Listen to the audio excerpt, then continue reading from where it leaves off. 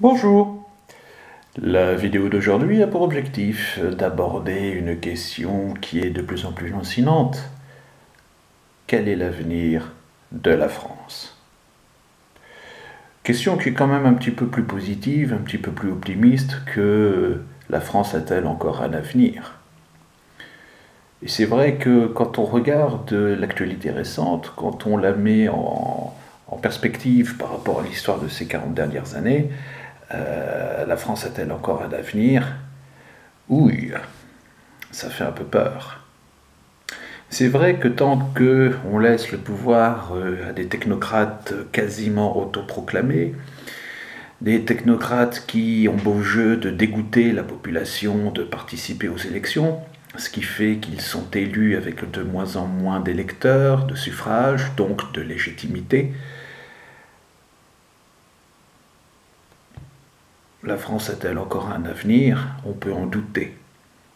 Parce que si encore on avait une sorte de, entre guillemets, dictature, avec un tyran éclairé, bon, on se focaliserait sur l'aspect éclairé, et puis ma foi, on ferait avec.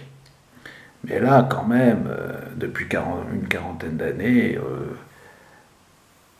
on ne peut pas dire que ce soit grandiose.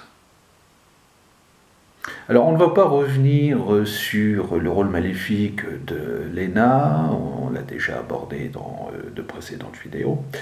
On ne va pas non plus revenir une fois de plus sur Macron, est-il oui ou non tel ou tel factotum au service d'une certaine élite internationale. Bon, Macron, il est là où il est, bon, on fait avec. Ce serait quand même bien qu'il finisse son mandat par respect pour nos institutions, parce que ce ne sont pas, encore une fois, nos institutions qui sont en cause, ce sont les hommes et les femmes qui s'en emparent et qui s'y infiltrent pour les corrompre. Ça, c'est un point essentiel. Ça fait quelques vidéos que je le défends. Et bon, au fur et à mesure qu'on avance, je ne vois pas comment on pourrait trouver de meilleures institutions que la cinquième. Mais bon, ça, c'est mon point de vue d'historien pour avoir analysé l'histoire de France depuis 1789. La France a-t-elle encore un avenir ? Force est de constater que depuis une quarantaine d'années, tout se complique. Vous voulez faire construire une maison, vous êtes obligé d'incurgiter ça, de cahiers des charges divers et variés, pour l'écologie, pour l'économie d'énergie, pour ceci, pour cela. Vous voulez créer une entreprise, vous n'avez pas encore gagné le moindre sou, que vous devez remplir une paperasse pas possible, et que vous êtes en plus en dette à l'égard du fisc français.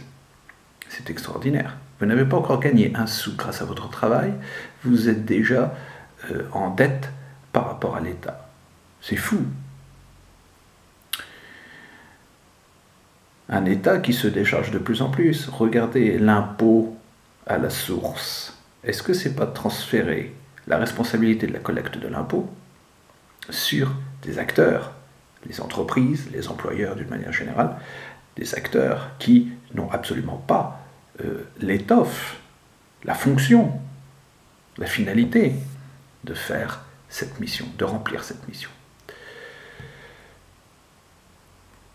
Et puis regardez aussi l'actuelle situation, c'est quand même troublant.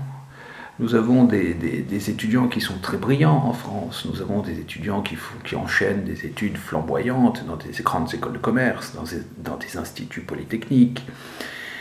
Et au final, où vont ces jeunes diplômés? Très peu restent en France. Ils partent aux États-Unis, ils partent en Asie, ils partent en Orient, créer de la richesse à l'étranger, richesse qui ne reviendra jamais sur le territoire français.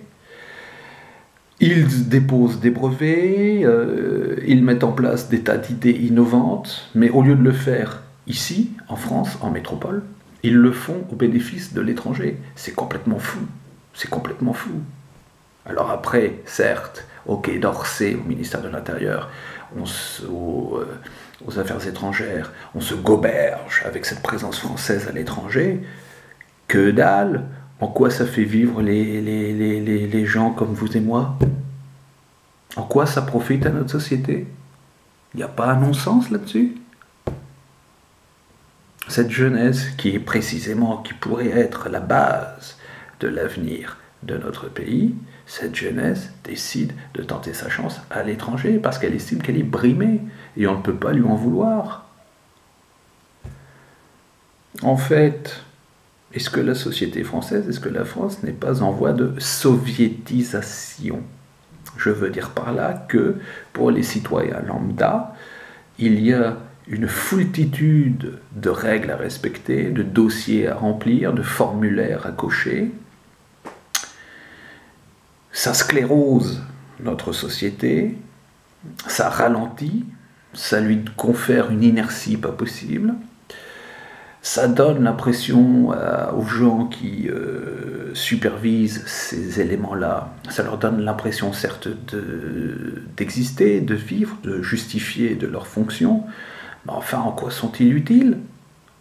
C'est exactement comme à la fin de l'Union soviétique, c'est-à-dire que pour un oui, pour un non, il fallait 3 mois de démarches intenses et diverses et variées, avec un corollaire. C'était toujours mieux de glisser une enveloppe plus ou moins conséquente en fonction du service que l'on demandait.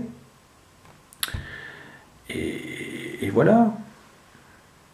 C'est d'autant plus énervant que l'on sait très bien qu'une minorité ne joue pas le jeu, qu'une minorité échappe à ses règles, échappe à ses contraintes pour vivre sa propre vie avec ses propres codes. Donc cette soviétisation de la société française devient de plus en plus absurde. On aurait vite fait de dire kafkaïenne, mais ça commence à bien faire. Ne croyez-vous pas? Alors je laisse à votre réflexion ces quelques éléments, ces quelques pistes, ce concept de soviétisation de la société française, en espérant qu'on n'aboutisse pas au chaos, comme l'a connu